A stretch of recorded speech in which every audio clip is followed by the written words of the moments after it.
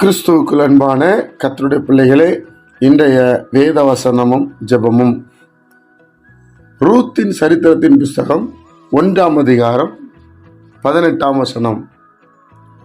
அவள் தன்னோட கூட வர மன உறுதியாயிருக்கிறதை கண்டு அப்புறம் அதை குறித்து அவளோட ஒன்றும் பேசவில்லை.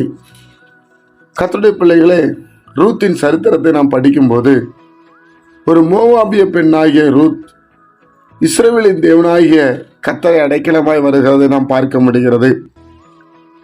தன் கணவருடைய தாயார், மாமியார், அவள் எங்கு இருக்கிறாளோ அங்கேதான் இருக்க வேண்டும், அந்த தெய்வம்தான் என் தெய்வம் என்று சொல்லி மன உறுதியோடு அவள் சொல்லுகிறாள், நீங்கள் போயிடுங்க, என் மகன் இறந்து போனான், இனிமே உங்களுக்கு குழந்தை என்னால் பெற்றுக் கொடுக்க முடியாது, நீங்க போய் உங்க வாழ்க்கை அமைத்து கொள்ளுங்கள் என்று சொன்னாலும், இல்லை மாமி, நாங்கள் உங்க கூட தான் வருவேன் என்று சொல்லி வருகிற ஒரு நல்ல குணாதிசயங்களை நாம் பார்க்க முடிகிறது.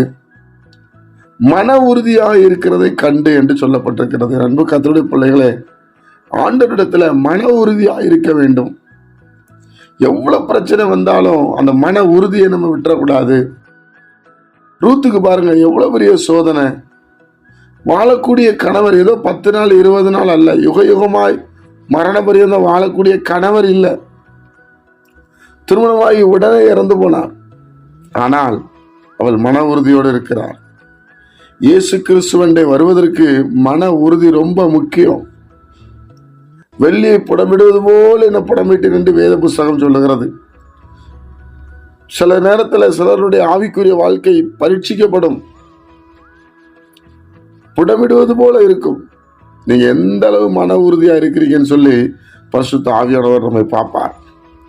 அந்த மன உறுதி தான் பிந்தின நாட்களிலே ரூத்துக்கு ஒரு நல்ல வாழ்க்கை அமைத்து கொடுத்தார்.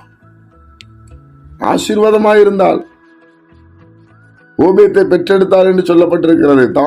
தாவீது தகப்பனாரை பெற்றெடுத்த ஒரு மகளாய் மாறினாள். இதனால அன்பு கர்த்தருடைய பிள்ளைகளே, மன உறுதியா இருங்க. ஆண்டவருடைய வசனத்துல, ஜெபத்துல மன உறுதி நமக்கு இருந்தா நிச்சயமாக கர்த்தர் நமக்கு தர வேண்டிய ஆசீர்வாதத்தை கொடுத்து நம்மை நடத்துவார். ஜெபிப்போமா? பரிசுத்த பிதாவே, உம்முடைய குமாரன் இயேசுவின் நாமத்தில் வருகிறோம். இந்த நாளில் எங்களுக்கு ஆசீர்வதித்து தாரும். உம்முடைய சமாதானம் எங்களுக்குள்ள இறங்கி வரட்டும்.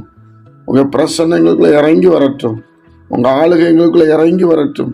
நீர் விரும்புகிறவர் நடக்க எங்களுக்கு உதவி செய்யுங்கப்பா. இதை கேட்கிற ஒவ்வொரு பிள்ளைகளையும் ஆசீர்வதிங்க. இயேசு கிறிஸ்துவின் மூலம் ஜெபிக்கிற நல்ல பிதாவே, ஆமென்.